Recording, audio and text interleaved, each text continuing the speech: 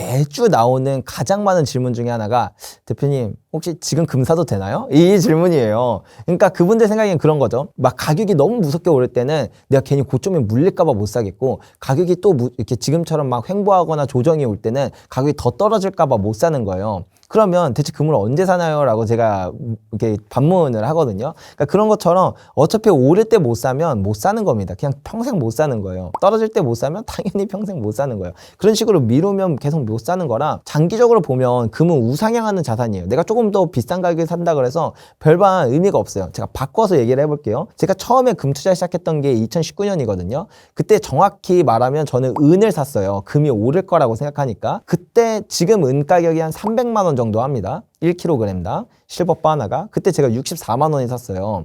그러면 여러분 입장에서는 그렇게 생각할 거잖아요. 와, 저 양반 돈 많이 벌었네. 저 양반 진짜 기가 막히게 투자했네. 이런 말씀을 하실 거잖아요. 근데 2019년에 보면은 64만 5천 원에 제가 실버바를 샀는데 사실 그게 그렇게까지 싼 가격은 아니었어요. 어떤 사람들은 이제 그 2019년 당시를 보면은 이 60만 원보다 더 쌀 때도 많이 있었거든요. 그러니까 바보인 거죠. 그리고 2020년에는 이제 코로나 팬데믹 오면서 훨씬 더 저렴했던 때도 있었어요. 50만 원 뭐 거의 그 정도까지도 저렴했었단 말이죠. 그러면 이게 단기로 두고 보면 내가 좀 비싸게 주는 것 같지만 사실 장기로 두고 보면 이 금과 은의 슈퍼사이클이기 때문에 그냥 2019년에 금과 은을 샀던 사람들이 그저 부러울 거예요. 마찬가지로 2030년이 되면 와, 내가 그때 2025년에 금 사길 잘했다 라고 생각을 하지 80만 원이 아니라 78만 원에 샀어야 되는데 이런 후회를 하지 않는다라는 거죠. 따라서 우리가 조금 더 긴 호흡의 관점에서 보면서 지금 너무 비싼 거 아니야? 혹은 좀 더 싸지면 사질까? 혹은 지금보다 더 떨어질 것 같은데 좀 기다릴까? 이런 생각보다는 그냥 2025년에 금을 살 수 있음에 좀 감사함을 느끼면 어떨까라는 말씀 드리고 싶고요. 그리고 두 번째로 제가 금 투자에 대한 공부를 정말 오래 했고 금 관련된 논문만 읽은 것만 해도 거의 100편이 넘어요.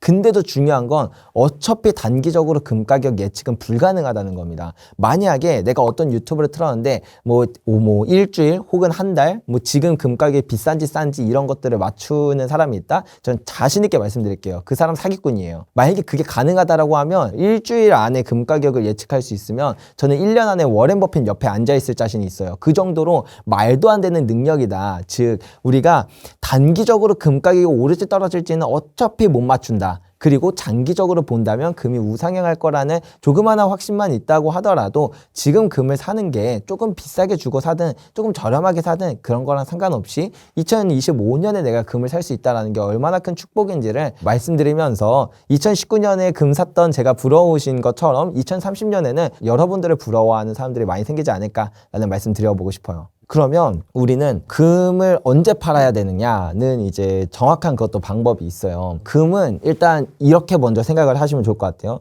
내가 지금 금 투자했다가 나중에 고점에 제대로 못 팔아서 큰 손해 보면 어떡하지라고 생각하지만 실제로는 그렇게 큰 손해 보기가 되게 어려운 자산이에요. 첫 번째로 금은 주식과 다르게 역사가 상당히 깁니다. 주식은 한 200년 정도밖에 안 되지만 금은 5000년이라는 역사가 있다 보니까 금을 언제 사고 언제 팔아야 되는지는 너무 명확한 근거들이 많이 있어요. 아까 전에 제가 금 투자할 때 슈퍼사이클이 실질금리가 마이너스로 빠져드는 순간에 시작됐다라고 했잖아요. 근데 그렇게 빠져들고 나면은 일종의 패턴을 그린다라는 걸 알 수 있어요. 지난 100년 동안의 실질금리 데이터와 금가격 데이터를 겹쳐서 보면 실질금리가 저점을 3번 찍으면서 실질금리는 최저점에 그리고 금가격은 최고점에 도달한다라는 걸 알 수가 있거든요.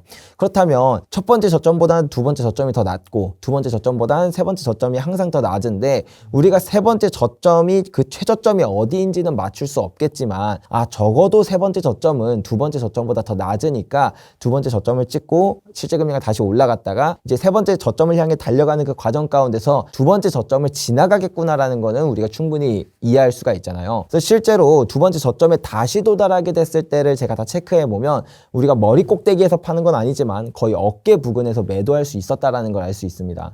물론 이 외에도 금 투자를 함에 있어서 좀 더 쉽게 매도 타이밍을 잡는 여러 가지 방법들은 있는데 단순하게 실질금리라는 데이터 하나만 봐도 충분히 뭐 머리 꼭대기는 아니지만 어깨쯤에서 팔 수 있는 다양한 매도 시그널들이 있어서 그런 부분들을 이용한다라고 한다면 금 투자가 되게 어렵지 않다 이렇게 생각해 볼 수가 있겠고요. 그리고 한 가지 더 말씀드릴 수 있는 게 금은 주식이나 이런 것들과 다르게 고점에 머무는 기간이 상당히 길어요. 주식은 내가 하루만 늦어도 이제 큰 손해를 보는 일들이 많지만 금 같은 경우에는 짧게는 1년, 길게는 3년까지도 충분히 고점에 머무는 시간이 있기 때문에 내가 뭐 하루 정도 늦게 매도한다고 해서 뭐 일주일 정도 늦게 매도한다고 해서 되게 큰 일이 발생하지 않습니다. 그래서 좀 여유를 두고 조급한 마음 가지실 필요 없고 아직 상승 사이클도 많이 남았잖아요. 여기 하나만 더 얹어서 인플레이션보다 중요한 건 인플레이션과 금리를 같이 보는 게 중요하다라는 거예요. 예를 들어 볼게요. 1970년대 같은 때 보면은 금리가 10%가 넘었어요. 근데도 금은 26배가 상승을 했거든요. 그 이유가 인플레이션이 치솟았기 때문이다. 근데 반대로 2000년대의 상승장을 보면 이 인플레이션이 별로 안 높았어요. 막 2%, 3% 요 정도밖에 안 됐음에도 불구하고 금 가격이 7배가 넘게 상승했다라는 거죠. 그럼 그때 무슨 일이 있었는데 금리가 미친 듯이 내려갔어요. 따라서 지금 미국이라는 상황을 보면 금리는 내려가고 있습니다. 좋은 상황이죠. 근데 인플레이션은 여전히 높은 수치예요. 3%가 넘고 오히려 여기서 인플레이션이 자꾸 위로 꿈틀꿈틀하는 모습이 나타나고 있습니다. 근데 지금 상황만 보더라도 금리는 내려가고 인플레이션은 높아지고 있는데 여기에 얹어서 트럼프는 관세 전쟁 그리고 미국은 어마어마한 부채를 더 끌어다 쓰고 있고요. 세계의 모든 돈들이 미국으로 다시 몰리고 있습니다. 요번에 한국이 이제 에이펙 회담 때 미국이 한 2천억 달러 정도 투자한다고 했죠. 이게 이제 우리나라 입장에서 보면 되게 기분 나쁜 이야기고 미국 입장에서 보면 되게 기분 좋은 이야기라고 보일 수도 있는데 이걸 더 정확하게 따져보면 2천억 달러라는 돈이 미국에 들어가면 미국 안에 달러가 더 많아집니다. 그러면 뭐든지 양이 많아지면 가치가 떨어지겠죠. 즉 미국은 세상에 뿌려졌던 달러가 미국으로 다시 들어간다라는 건 미국 내에서 인플레이션, 화폐 가치가 하락하는 속도가 더욱더 가속화될 거라는 뜻이에요. 사실 아직 이거는 인플레이션에 반영되지 않았어요. 화폐가 아직 안 들어갔으니까. 근데 화폐가 더욱더 들어가고 이번에 이제 트럼프가 2,000달러씩 이제 지급한다라고 하는 그런 이야기들도 계속 금 가격을 밀어올리는 요소가 될 거라는 겁니다. 그냥 우리가 이런 상황들 다 빼고 있는 상황만 보더라도 금리 떨어지고 인플레이션 올라가는 것 자체가 금 가격을 밀어올리는 그냥 그런 그 슈퍼사이클을 만드는 바로 그 중심인데 이 만드는 슈퍼사이클의 속도를 더욱더 가속화시키는 요인들이 세상에서 계속해서 발생하고 있다. 우리는 그런 포인트들을 주목하면서 그렇기 때문에 금을 보유한 사람 입장에서는 시간이 내 편인 거고 금을 보유하지 않은 사람 입장에서는 시간이 지날수록 나는 더 많은 돈을 줘야지만 금을 살 수 있는 그런 시간의 불리함을 가지고 있게 되는 거다. 이렇게 생각하시면 될 것 같아요. 지금은 막 금을 구하는 것 자체도 쉽고요. 그리고 구한다고 했을 때 막 더 웃돈을 줘야 되거나 이런 것도 당연히 다 없어졌습니다. 따라서 어떻게 본다면 우리가 금을 투자해야 할 땐 당연히 이런 시기에 투자를 해야 돼요. 근데 정말 웃긴 건 이런 시기엔 금을 보통 관심을 갖지 않는다라는 거죠. 앞으로 금이라는 자산이 또 가격이 올라감에 따라 올해 10월이나 올해 2월에 있었던 것처럼 우리나라는 실물 금을 구하기도 어렵고 구하려고 한다면 웃돈에 웃돈을 줘야 되는 프리미엄이 더욱더 빈번하게 일어날 거라는 걸 충분히 알 수가 있거든요. 왜냐면 지금 금이 정말 빠르게 사라지고 있습니다.